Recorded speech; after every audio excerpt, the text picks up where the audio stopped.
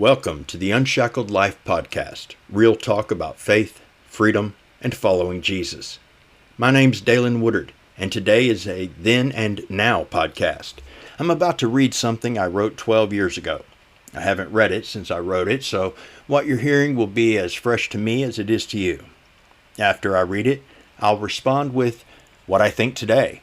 Do I still agree with what I said back then? Have I grown? Missed something? Maybe even gotten it wrong. I don't know yet, but that's part of the journey, testing what we believed then against what we've learned now and filtering it all through truth. So let's jump in.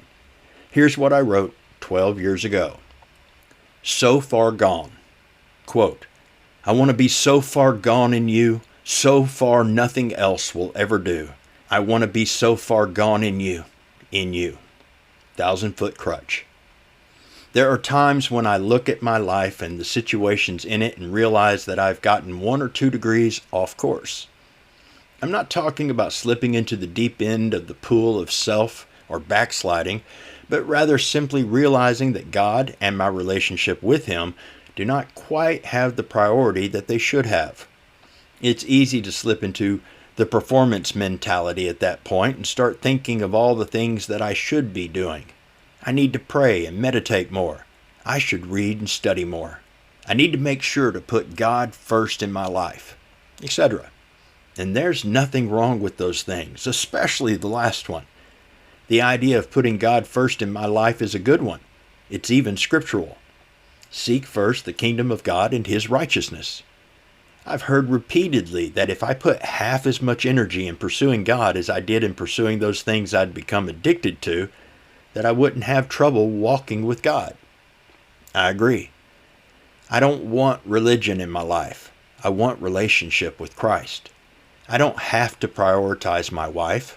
When I wake up, I don't have to make a choice to put Leah before other things and try to spend time with her. I love her so much that when I have a moment of free time that is also free for her, my only desire is to spend it with her. It's not a choice because there is no choice. I want to spend my time with her, and I do that every minute that I can. I have to try to force myself to socialize some and include others in my life because it would be very comfortable to isolate and hole up with Leah and shut out the rest of the world. But I can't be of service very well when I do that. I found the most satisfying compromise is to make sure I do my visiting when Leah can go with me. That way I get to see family and friends more, but don't lose a minute with her. I never once woke up and said, I'm going to put drinking and drugging first in my life today. I didn't have to. It already was. There were times that I isolated and sought oblivion and nothing else. There were also plenty of times that I went to work, spent time with family and friends, etc., that I was not alone with my addictions. But they were always right there. I was either using during those times or trying to figure out how and when I could use again. I could structure and organize my life and put God at the top like a chore on a to-do list, but I don't want that. It makes God a burden. Spending time with God becomes something I have to do to keep from messing up my life, to earn His blessing and power in my life, and that's no way to have relationship. I don't want Leah to feel like she has to spend time with me to keep from losing me. I want her to want to spend time with me the way I want to spend time with her. I'm sure God feels the same way about me.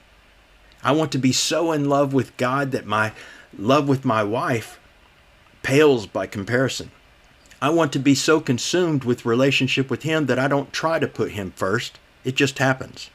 I want to be unable to go anywhere or do anything without my conscious contact and awareness of God being a part of that time.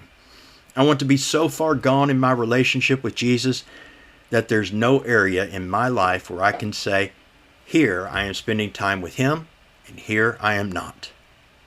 For years, the first thing I did upon waking was reach for something to chemically alter my body and mind.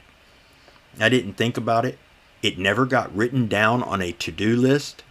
It was as natural a part of my day as breathing. The last thing I did each day was ingest something to change the way I felt. And all through the day, my life was chemically altered. My desire today is not to feel the need to put God first. Instead, I want to be so in love and consumed with that relationship that the presence of God becomes as much a part of each moment of my life that it is as much a part of who I am today as the drink and drugs were in the past. Okay, well, that's what I wrote 12 years ago, and I still agree with that.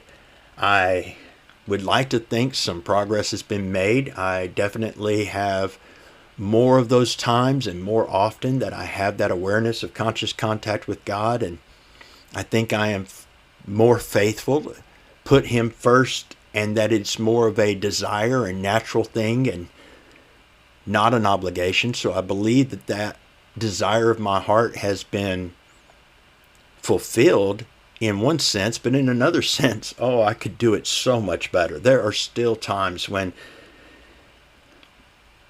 I get distracted. I get tired. I don't do this as well as I should. But it is nice to know that I still feel that way. I still believe this is true, that we need to put God first. And as an extra bonus for me anyway, what's nice to see is that 12 years and about 3 weeks later, I still feel the exact same way about Leah. Thanks to my faithfulness with God and a lot of grace, I am able to go places and do things without her, without begrudging it as much when I need to meet with somebody or talk with someone or just to enjoy some time with somebody. But for the most part, I still prefer to spend all of my free time, or as much of my free time as possible, with Leah.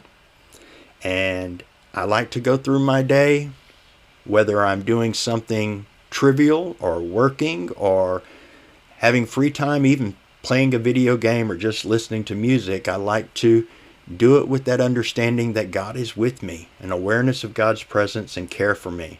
Because when I am aware of that relationship and putting that relationship first, everything else falls into place. I think that is a big part of what Jesus was talking about when He said, "Seek first the kingdom of God." Well, thanks for your time and thanks for listening. I hope this blessed you a little bit and encouraged you. And I hope you're able to join me next time. Be blessed.